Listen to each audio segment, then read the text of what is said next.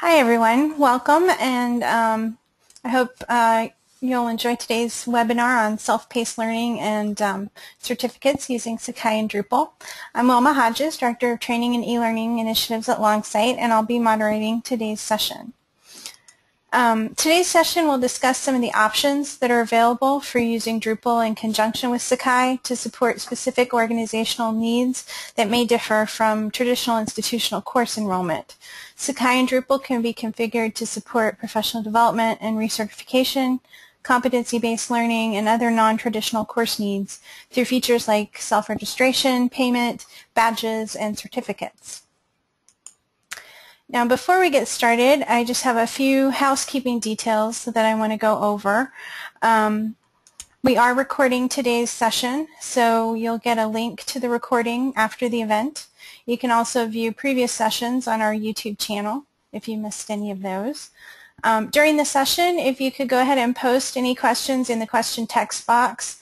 We'll answer most of those at the end. We'll kind of save them up to the Q&A portion, but go ahead and enter in questions as they occur to you, and we'll address those later in the presentation. You can also post questions and comments in Twitter if you'd like, using the hashtag Sakai Showcase. I will be monitoring both areas for questions throughout the session, so I'll relay those questions to our speaker when we get to the Q&A part.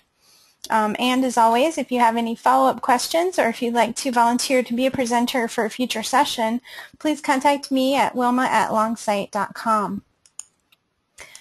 Now, I do want to take just a moment to make a quick announcement about the upcoming Sakai Virtual Conference. This Apereo event will be the first ever Sakai Virtual Conference, and it will be held completely online on Friday, November 7th. It's focused on teaching and learning topics, but there will also be some technical sessions. And since it's a virtual event, we're really hoping to encourage greater participation from faculty, instructional designers, and other Sakai users who don't typically travel to attend Apereo events. The conference will be a mix of presentations on various topics, small group meetings and discussions, as well as other opportunities to interact with colleagues and share best practices. For example, we're planning to have a user experience track with information sessions and some live online UX testing throughout the day. There's also going to be a Spanish track for sessions in Spanish for our Sakai user base that's Spanish speaking. Also, I will be, I'm excited to announce that our keynote speaker will be Michael Feldstein from eLiterated. So we just got confirmation on our keynote. We're very excited to have him speak. The call for proposals has been extended until September 7th. So you do still have time to submit a proposal if you're interested in presenting. And if you haven't registered yet, I do encourage you to go ahead and register. Registration is $50 per person, but all the proceeds are going to go toward Sakai development. Plus, if you register by October 15th, you'll receive a conference promo package, which includes a lunch coupon and an event t-shirt that's generously provided by our sponsors. So, before I introduce our presenter, I just have a quick poll that I'd like to launch. Let me go ahead and send that out to everyone. If you could take just a moment to go ahead and answer this poll and let us know what best describes your interest in today's topic. I'll give folks just a minute to put in their responses.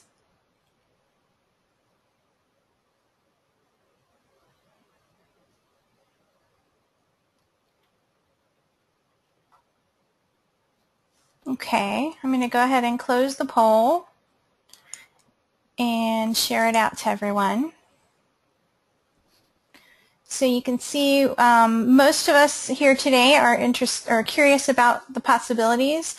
We do have a few folks, about 14%, that are doing something similar but are looking for ways to improve their process. So that's great. Hopefully you'll get lots of information that you can take to your stakeholders back at your institutions from today's session. So let me go ahead and introduce our presenter now. Our presenter today is Nicola Monat-Jacobs, and as the Senior Director of Learning Platforms and Services, Nicola works with Longsight's diverse client base to develop educational solutions based on open source software like Sakai and Drupal. This includes discovery, implementation, training, and support. Nicola also coordinates the Sakai Evaluation System Working Group. So without further ado, let me go ahead and give over the presenter controls to Nicola so that she can start her presentation. Thanks, Wilma. Can you all hear me? Yes. Okay, let's see.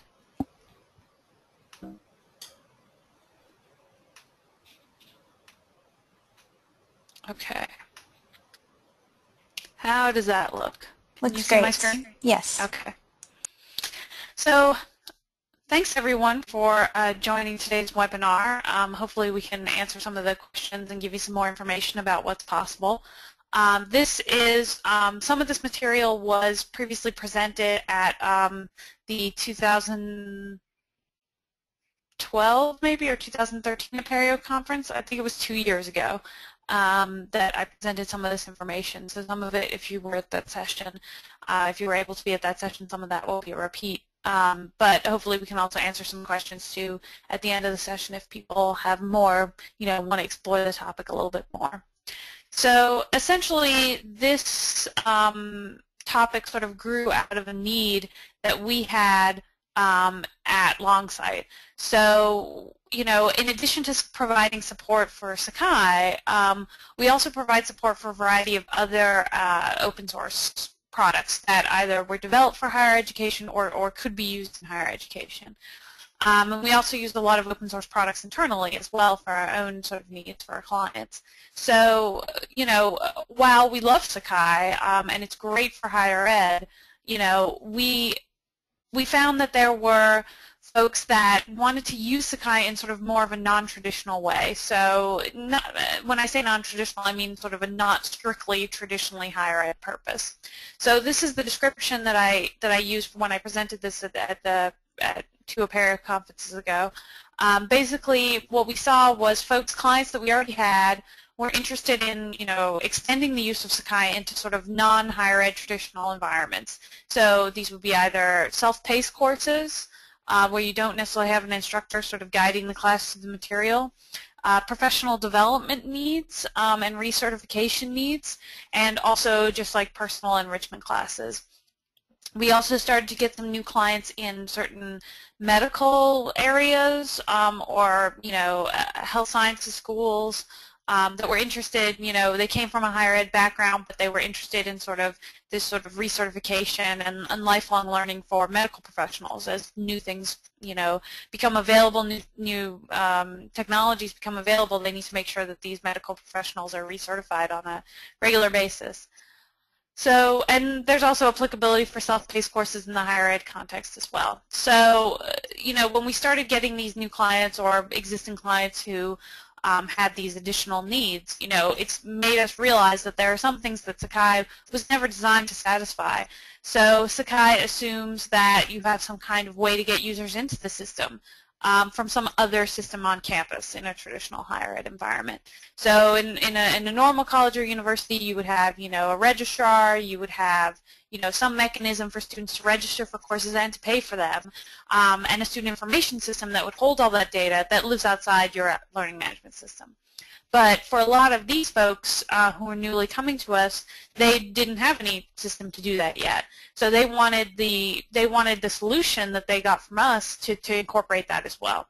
So they needed a sort of essentially a course catalog, a listing of the courses that were on offer. They need to be able to add new courses easily and have essentially sort of an externally facing description of the courses, that was available to anyone, even if they weren't logged in. And then also, have be able to build up the courses for logged in users. Then there was also a question of payment. How are we going to provide the students with an opportunity to pay? And then what kind of tracking and student progress needs to be done sort of at the organizational level. So in a traditional Sakai course, you have the grade book. The instructor can go in and see what the grades that students got on assignments or just look at everything in the grade book. But then what happens after that? Where does that grade go? What does it trigger? And also, are there folks sort of at a more organizational level that need to track this information. So we needed more flexibility in terms of that kind of tracking and reporting. And then also built into the assumption, there was an assumption built into this process that at the end of the day, when the student had completed the course, they would get some kind of thing at the end of it, whether traditionally it was a certificate that they could just print out, but we have seen interest in badging. WOMA's done some work around badging, so that is, I think, sort of where things are going. But it doesn't really matter. At the end of the day, you have to define what completion means, successful completion of the course actually means, and then what does somebody get once they do that.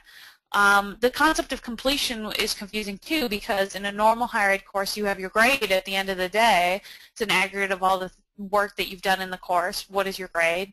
What is the instructor sort of syllabus detail in terms of weighting, and how is the final grade calculated? That's up to the instructor traditionally, and then that grade goes somewhere else outside of the learning management system. But here, we need to have some criteria for what's a successful completion of the course, and that should probably be consistent across courses, or at least communicated to the student up front. In most cases, we don't have, as you'll see in some of the examples, an instructor who's taken responsibility of those things. So they have to be decided sort of at the organizational level. So if this is something that you need to embark upon, or you're planning on embarking upon in terms of self-paced courses or recertification, professional development, things that are sort of not the traditional higher ed approach, you'll need to sort of answer, is this course self-paced or is there an instructor involved? If the course is self-paced, you'll need to be able to set up the course in such a way that it can be self-paced, and Sakai provides some opportunity for that. Can anyone register for free, or do they have to pay? And can they get a discount? How will that discount work? And you'll see in some of the examples, we have 3 examples that I'll show you of clients that did different things in this area. And also sort of implicit within that question is, what kind of payments will I accept? Credit card payments, check payments, POs. There can be all different kinds of ways of processing payments. What kind of monitoring and reporting do I want to do? So again, it really helps to think up front about what kind of information you need to capture, and then who needs to see that information, when do they need to see it, and how long do you need to keep it? So those are all questions that need to be answered. How long can the student take to complete the course? What we find after a while is that, especially with the self-paced courses, students or whoever, I use the term students to indicate anyone who's registered for these courses, they, especially if it's self-paced and online, they might forget. So they'll register for a course and then forget about it. So do we want to enforce that they can only take 6 months to complete this course? Can they take as long as they want? But either way, what kind of email notifications do we want to do to remind the student that they have this course and they should complete it, or what they need to do to complete it? Again, are there any other stakeholders that need info about the process and who's, what the status is of particular students in particular courses? Again, what constitutes successful completion? And another question is, at the end of the day, once they've actually gotten the certificate, how do you want to present that certificate to them, and how long is it going to be valid for? Are you just going to provide them with, a PDF certificate, which a lot of our clients do, or are you going to provide any sort of independent verification? So one of our clients you'll see in the 3rd example, they have a outward-facing public aspect of their website where anybody can go look up a particular person and see if they have been certified.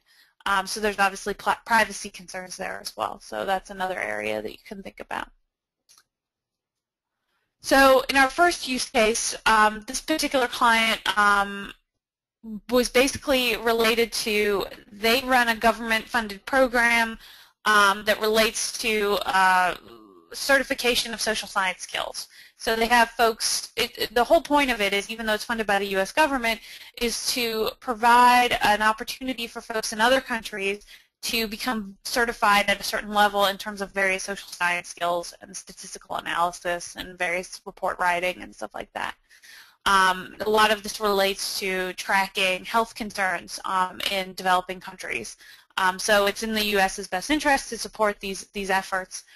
So in this particular use case, reporting was extremely important because all that data had to go back to the U.S. government to verify, that the project was doing what it said it did.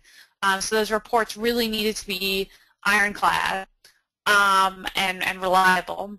And then we also knew that we were going to have students from all over the world. Just all kinds of different weird and wonderful places were going to sign up.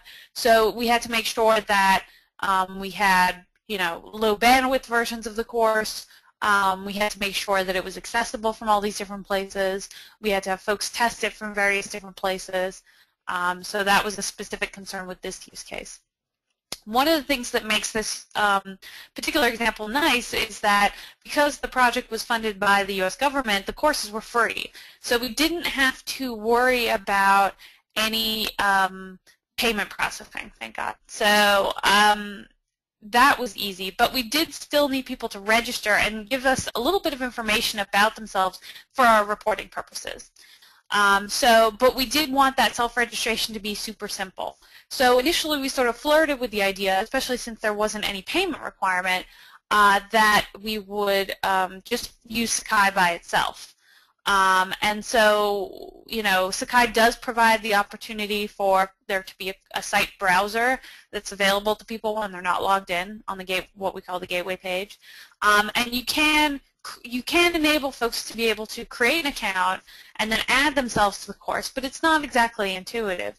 But it could have been done just with Sakai. But the problem was we really wanted to make the self-registration super simple, very intuitive, make it as minimalist as possible, and we also needed to collect more information beyond what sort of Sakai's just new user form allows you to put in.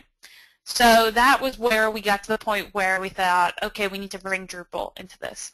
And so the architecture, I should have put a slide for the architecture, but essentially the architecture is Drupal sits in front. Drupal is, if you're not familiar with it, it's an open source software development suite platform. Essentially, it gives you out of the box a website with a variety of different concepts already built in, like users, registration, like user registration, and the ability to create content types and do some things with them. It's kind of hard to describe because the whole point of the software is that it's adaptable to whatever your needs are.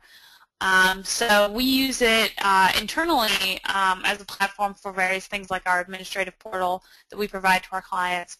So in this particular case, we use Drupal as the landing page. So when users come to the site, they see Drupal, they see a little bit of information about the project and about the courses that are available. They create their account in Drupal, and then they register for the course. There's a registration button. Once they've created an account, there's a registration button for them to register for the course in Drupal. What's happening behind the scenes when all those activities happen, whenever a user account is created in Drupal, we use Sakai's web services. We have an event listener that listens for that new user account creation event in Drupal. And then we have an event listener that listens for that and says, okay, if a new account is created in Drupal, let's use web services to make sure a corresponding new account is created in Sakai. And that happens behind the scenes without the user not necessarily knowing that that's happening. Also, when the user registers for a course, we have an event listener for that, and we use Sakai web services to make sure that that account, which we already created, is now enrolled in the course in Sakai. And then once the user has completed those two tasks, then they see a button that says Access Course. And when they click on that Access Course button in Drupal, we use, again, Sakai Web Services, specifically the portal login web service, to automatically log them in. It's almost like a sort of single sign-on process, single sign-on light, that allows them to access Sakai without having to log in. Essentially, there's trust between the Drupal and Sakai systems such that, if Drupal generates a key from Sakai and tells Sakai, okay, this person is legitimate, they've already logged in, then they go into Sakai. So the idea is to provide, a straightforward, fluid, transparent experience for the user, even though we have these two separate systems in place. So once they do that, then they're in Sakai and they can take the course. The Drupal interface allows us to capture some additional information when they register. It also allows us to provide them with a progress dashboard, which you'll see in the next slide, that shows them where they are in their course. And then that's also where they can go to generate their certificate. So for this particular course, we have very simple completion requirements. So for these courses, the completion requirements are that there's a final exam, and that's using Sakai's test and quizzes tool, that they need to take, and they need to get at least 80% or higher on that final exam. And then once they've done that, they'll need to take a course evaluation. That course evaluation is being done through Drupal, through Drupal's web form module, but could be done in Sakai via the test and quizzes tool, but we just did it via web form. And then once they've done both of those things, then they get a link to print their certificate. And that certificate uses a PDF template.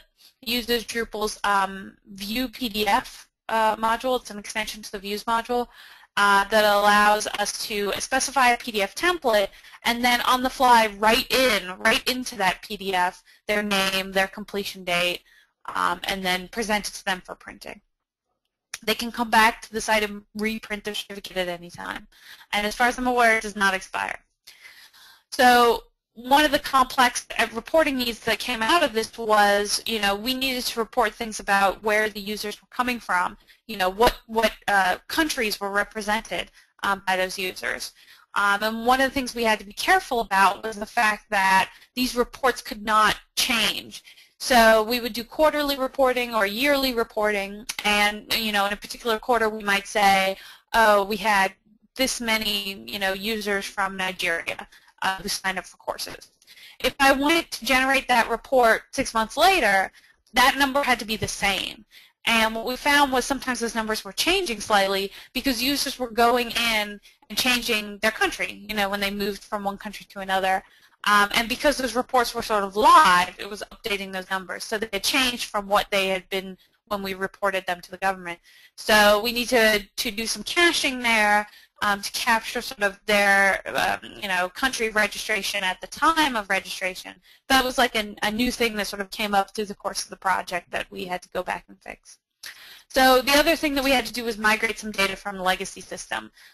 So they had a clone-based system that was doing all of this, and so we basically created some extra tables in Drupal to put this legacy data in there to say, even though with your normal checking it doesn't look like this user actually completed the course, they created it in the legacy system, so provide them with access to their certificate via this interface, even though they haven't passed in Sakai.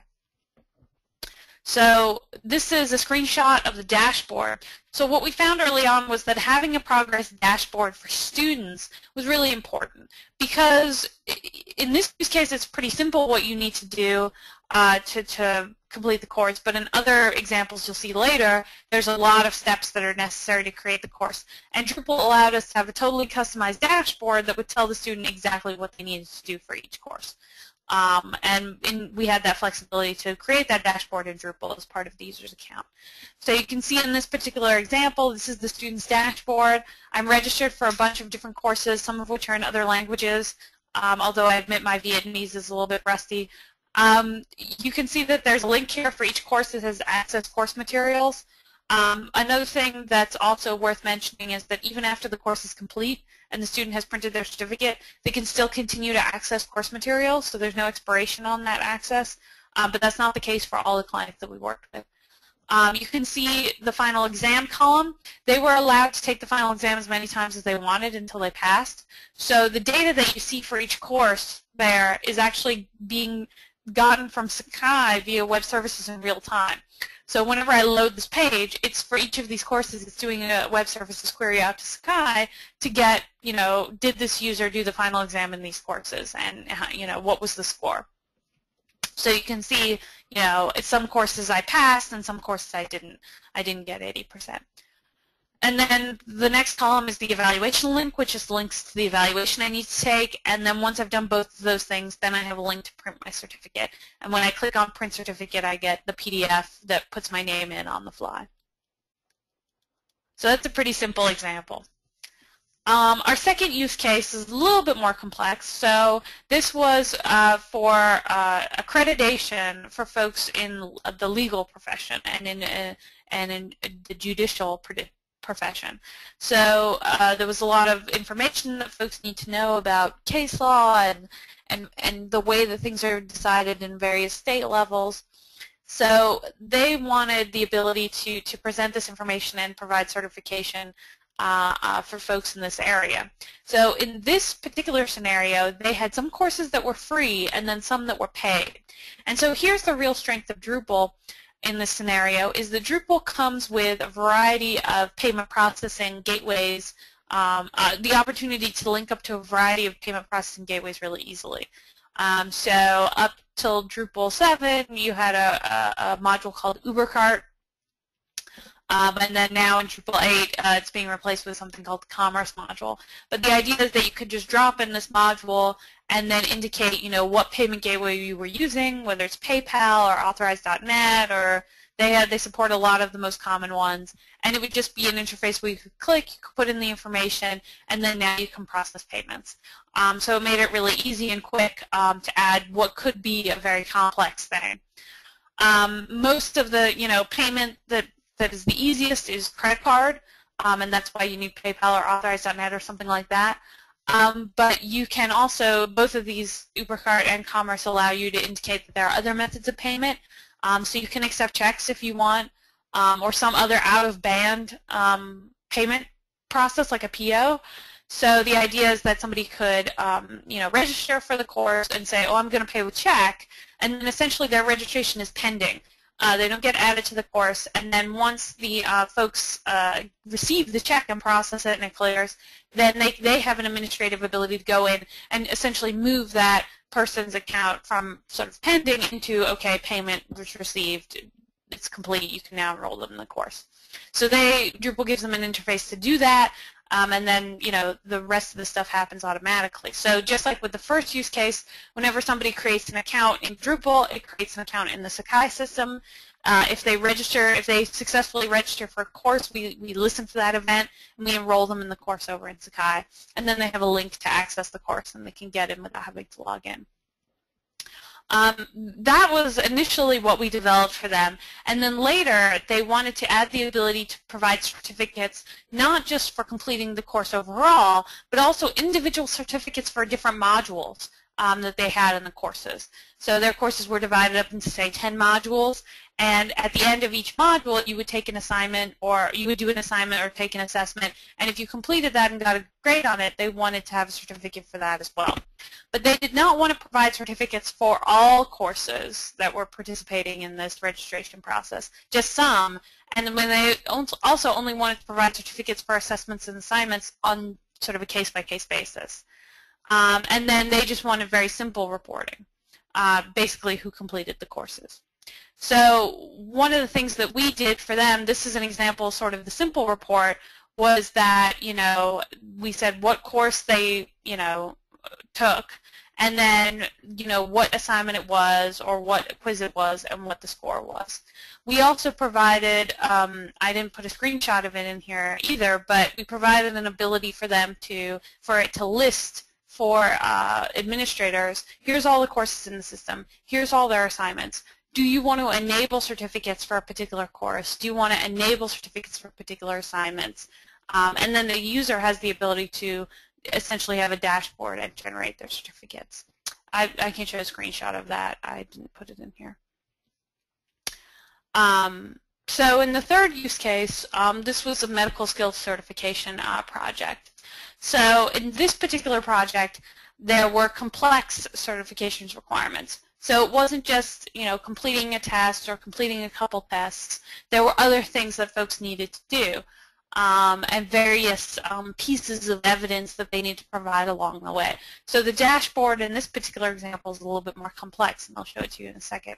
Some things were the same. We needed payment processing.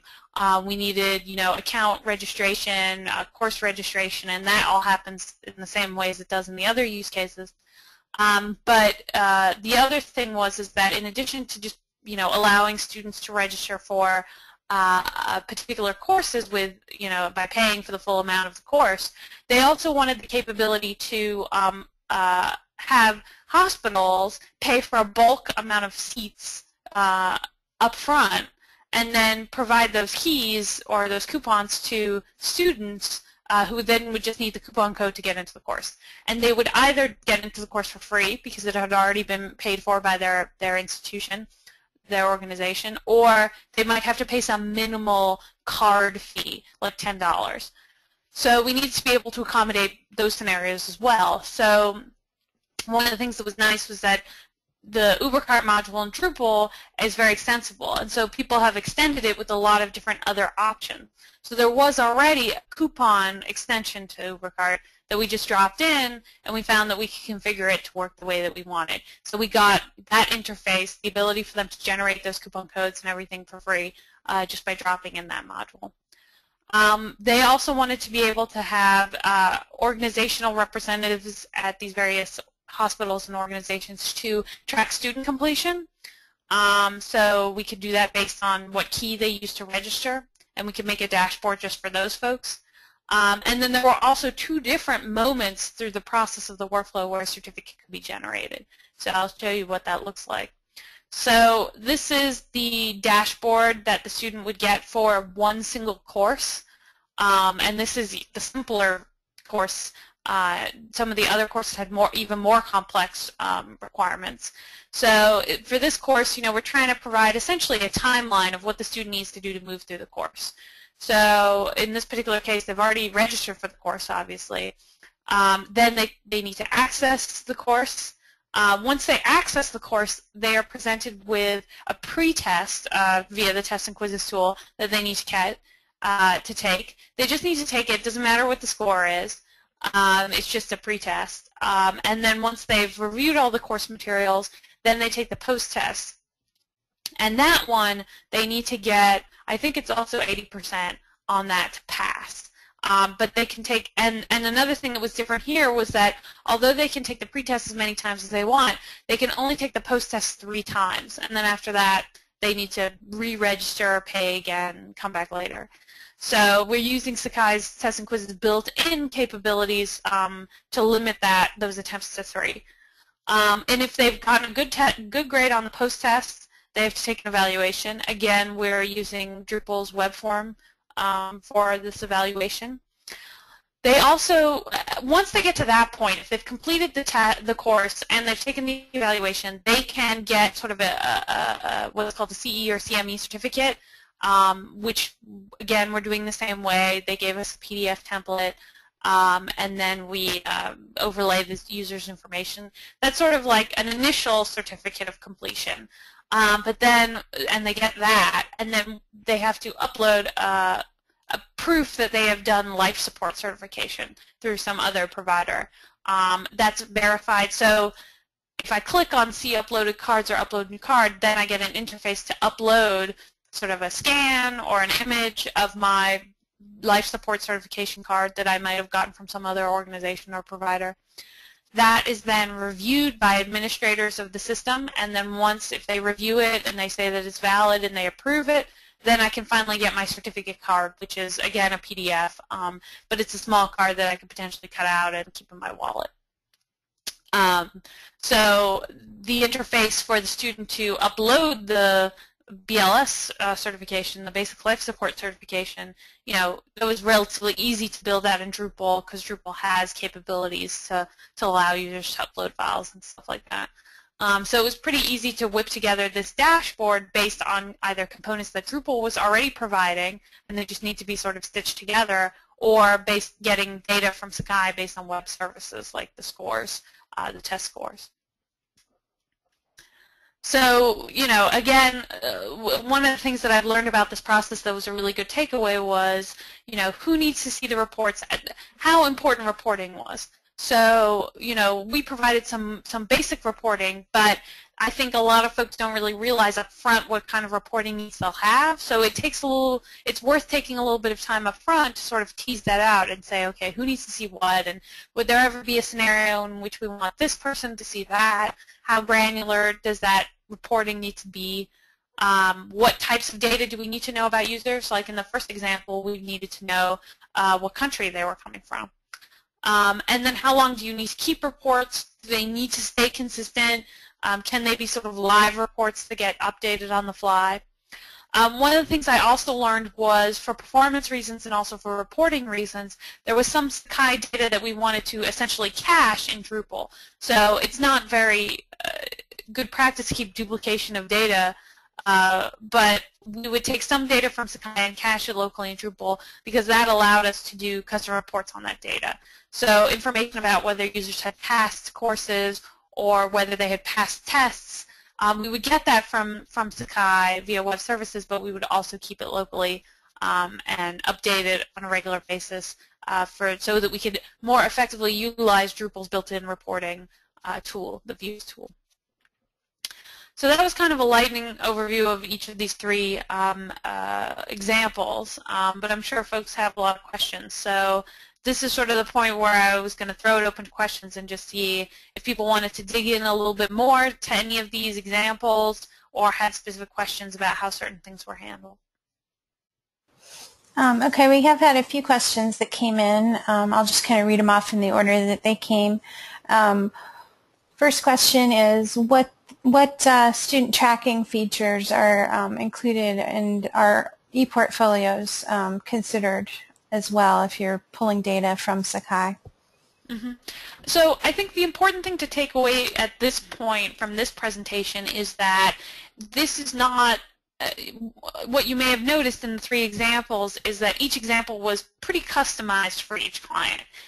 So while there were modules and capabilities in both Sakai and Drupal that we could utilize, at the end of the day, a lot of the stuff was custom built for each client. So it's not necessarily a drop-in solution, that we could just stand up for somebody. There would need to be some discovery and some setup in terms of how a dashboard would work, if you want a dashboard, that kind of stuff, how reporting would work, what kinds of things you want to report on. Pretty much almost anything can be gotten from Sakai if you have access to the Sakai system. So in this scenario, we're hosting Drupal, we're hosting Sakai, so we have full access to everything. The Sakai web services are pretty great in that they provide you with a lot of information. So I can get things like, give me the results of all the tests that this student took, out of how many points possible, what was their final grade, stuff like that is easy to get. If you're looking to get stuff like, how many times does the student access the course, that's a little bit trickier. The data is there, but it's in the database, and it's not exposed via web services. So it's just a question of trying to figure out what kind of data you want to get, and then whether or not there's a web service for that. That being said, developing new web services is fairly straightforward if the information is easily gettable. There are a few exceptions, but new web services can be developed.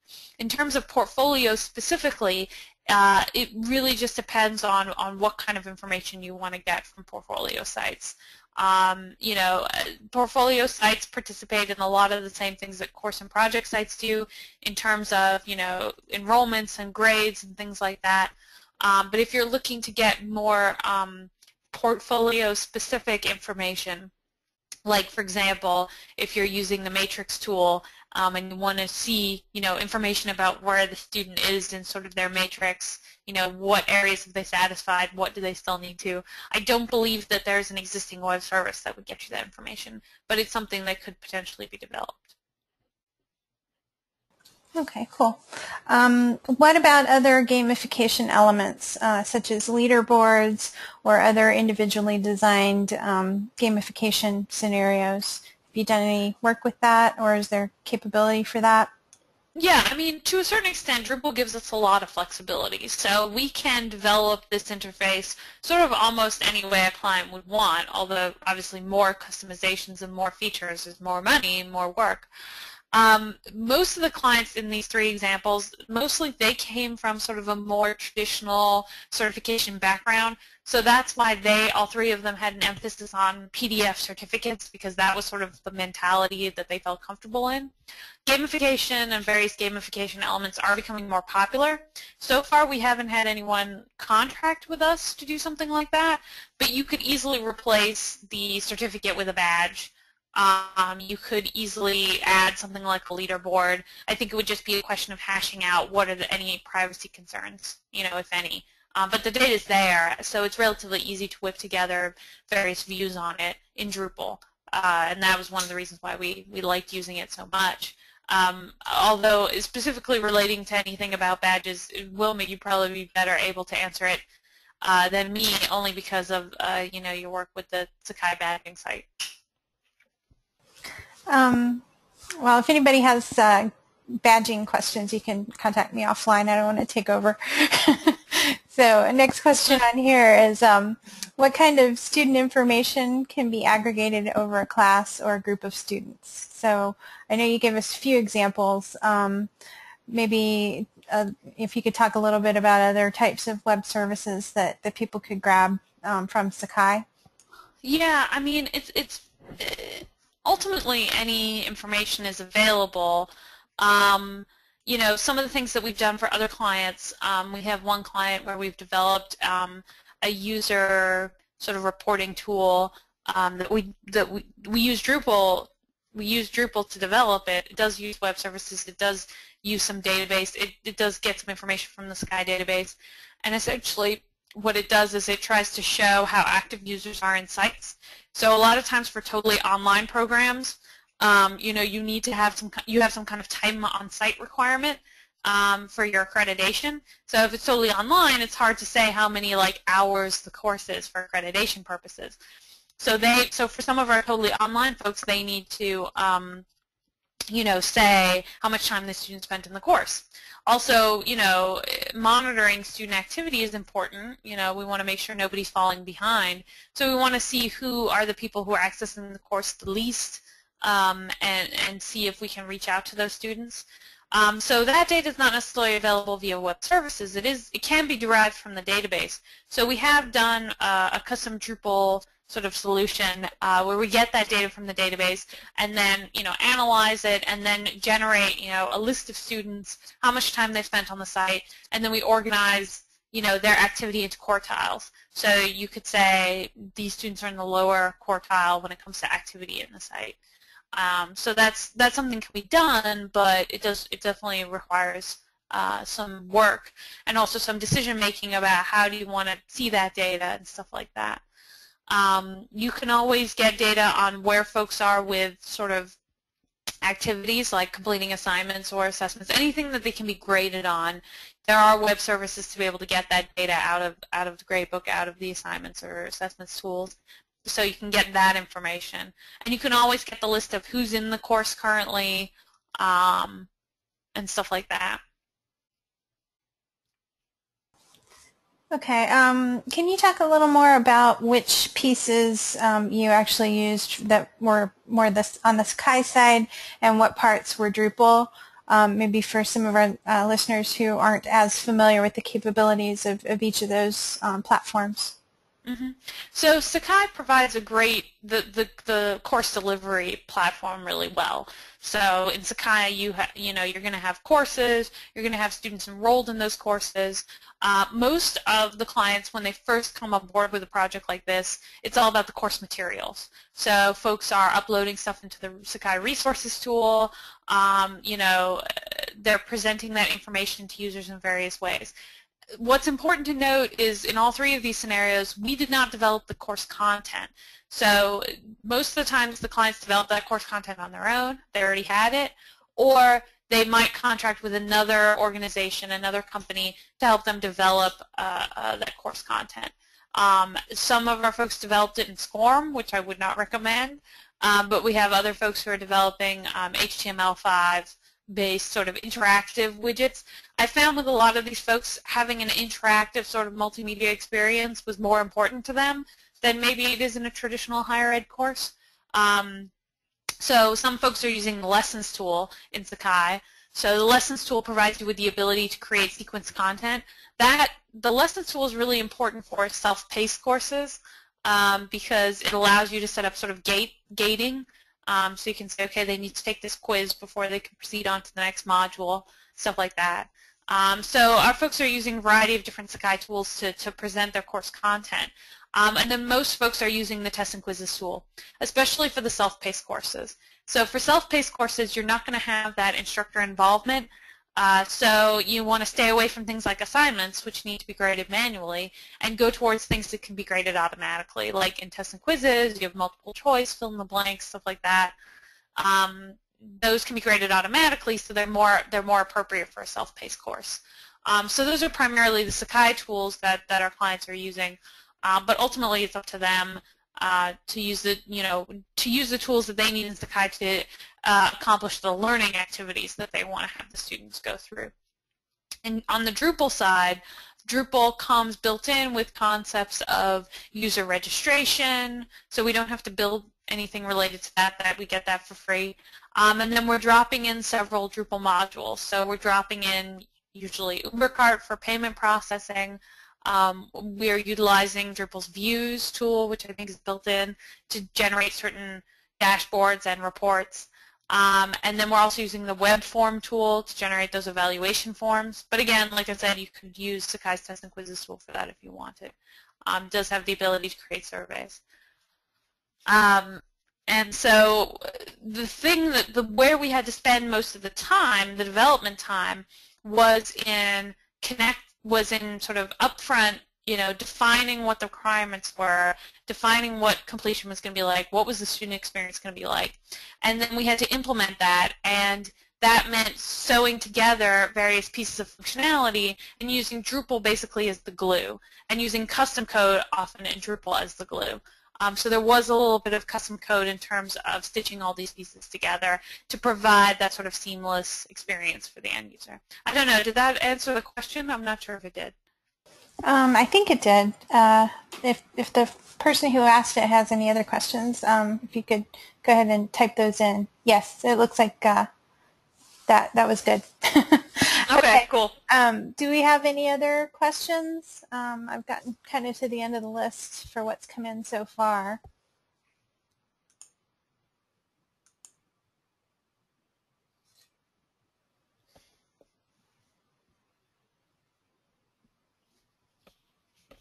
Okay, I'm not seeing anything new coming in. Nicola, I don't know if you had any other thoughts or concluding comments that you wanted to. Yeah, I mean, I think the lessons learned from me from doing these 3 projects and sort of talking with folks about future projects is, making sure that we understand sort of, what kind of course we're dealing with and what the sort of completion requirements are, and making sure that the client that we work with has sort of thought through these things already. Because sometimes we'll ask questions about these things and they'll be like, oh, yeah, actually, I'm not sure. I haven't really thought through that yet. So that can be a helpful requirements elicitation part of the process. And then, the takeaway, I think, is that there is still it's not a totally plug-and-play, off-the-shelf approach. We use Drupal sort of as the glue to do the things that no one system can do for us out of the box.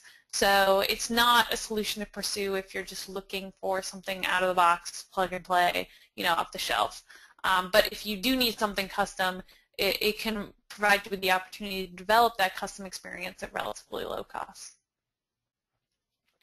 Okay, well, thank you very much. I really appreciate you presenting today, and hopefully our audience got a lot out of it. And thanks again, everyone, for joining us today. Hope to see you at our next webinar in September. We're going to have actually Martin Ramsey from LAMP is going to be talking a little bit about their VeriCite pilot experience. They piloted the VeriCite plagiarism integration with Sakai earlier this year, so they'll be talking a little bit about the results and the feedback that they got from their pilot faculty. So hopefully you can join us for that. All right, thanks everyone. Thank you. Bye.